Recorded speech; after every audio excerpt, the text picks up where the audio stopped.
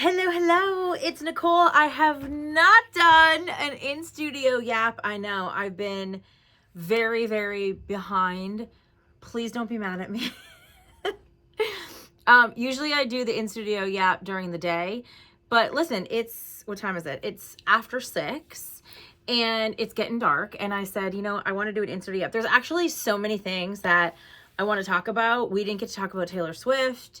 We didn't get to talk about all the stuff that's going on in the sports world.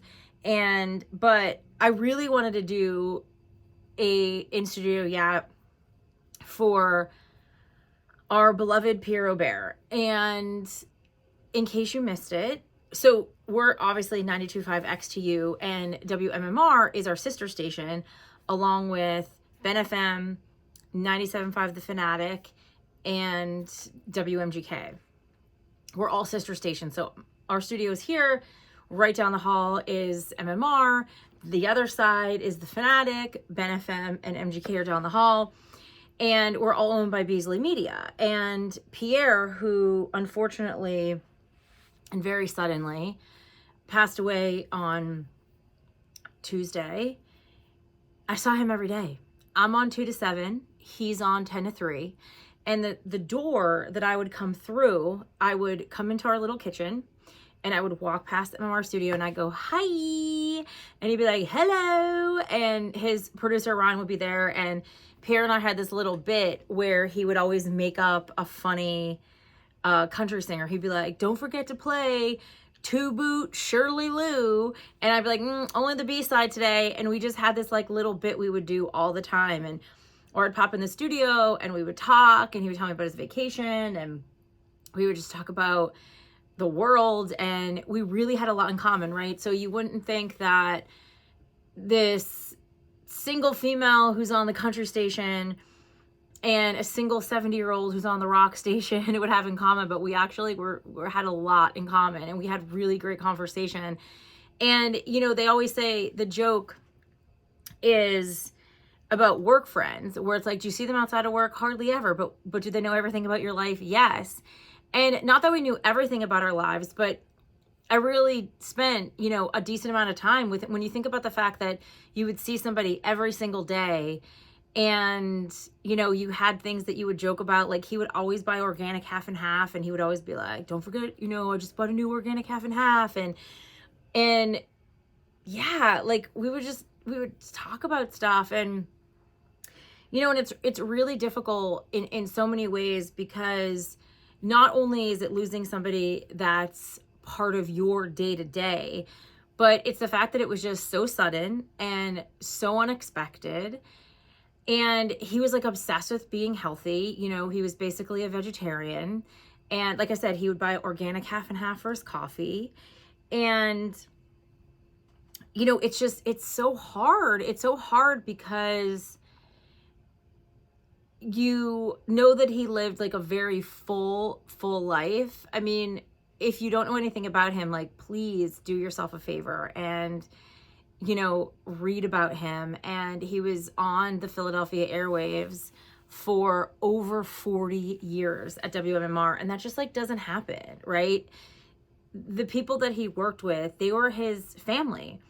And, he worked holidays because he wanted to be here because the listeners were his family. And he just was such a presence, not only in Philadelphia, but just in especially the rock community. And here's the thing. I don't even really like rock music. I am much more of a pop and country and like soul girl. And it's funny because, I adore all my coworkers at WMMR. I just don't listen to that music, right?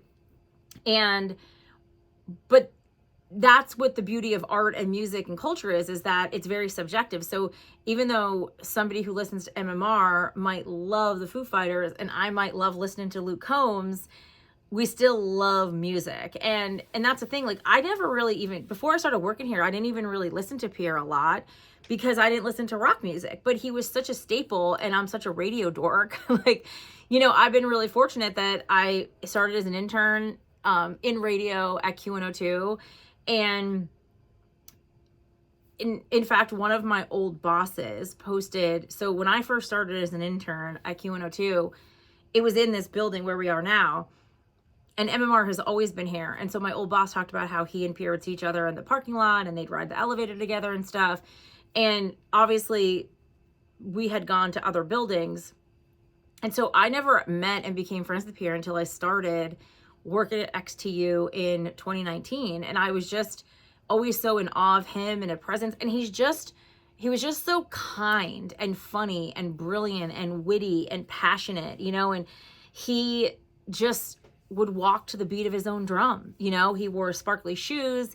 He had his legendary long hair, and he just was like the definition of cool, but like kind. And I think that it's such an important thing to remember. I mean, you know, radio personalities are not the same level of fame as they were when Pierre was on the come up, but he was really, really famous. I mean, if you had noticed, like, what John Bon Jovi wrote about him and what Rick Springfield and Billy Idol and the Offspring and the Struts, like these really, really coveted bands that he had so much to do with. And they had so much respect for him because, like, you know, radio back in the day, radio DJs would like break songs. We don't do that anymore. But it's just a different level, right? Obviously social media has changed a lot. Like when you think about somebody like Pierre Robert, so he was such a big deal that Rolling Stone covered his passing, the New York Times, it was everywhere in the entertainment world. And he was so kind, and the stories of the listeners, what he did for the listeners. And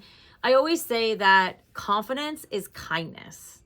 And when you are confident, when you are a confident person, you are kind. And I think he was the perfect example of that, you know, that he was larger than life. And he financially did very well because radio, I always actually joke where I'm like, oh, I don't make that WMMR money.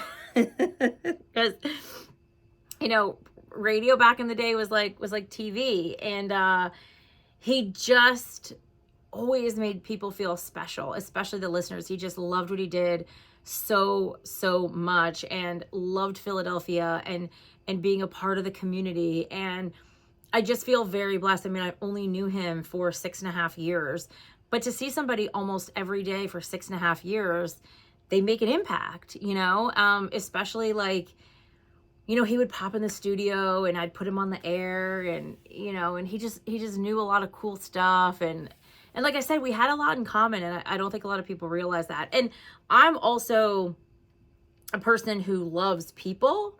I love people. I love knowing about people and asking them questions, and, you know, just a thirst for knowledge. He was also a Leo, which I was. Our birthdays were right around the same time. They were only like 2 days apart. And so people at work would always joke like, the Leos, right? And we'd always joke about our long hair. And yeah, it's really tough. And, you know, and I think in a lot of situations like this where it is so sudden, and, you know, even with my dad, he had Parkinson's for almost 30 years, and it was slow. And even him being in the hospital for 3.5 months, like, it was horrible and horrific to see it. But like, we were kind of preparing ourselves. And obviously I'm not going to compare Pierre to my dad, but you understand what I'm saying in the sense of, it was just so sudden. And, you know, to just see him on Tuesday and just be joking around and hanging out, and then all of a sudden he's just not here, you know?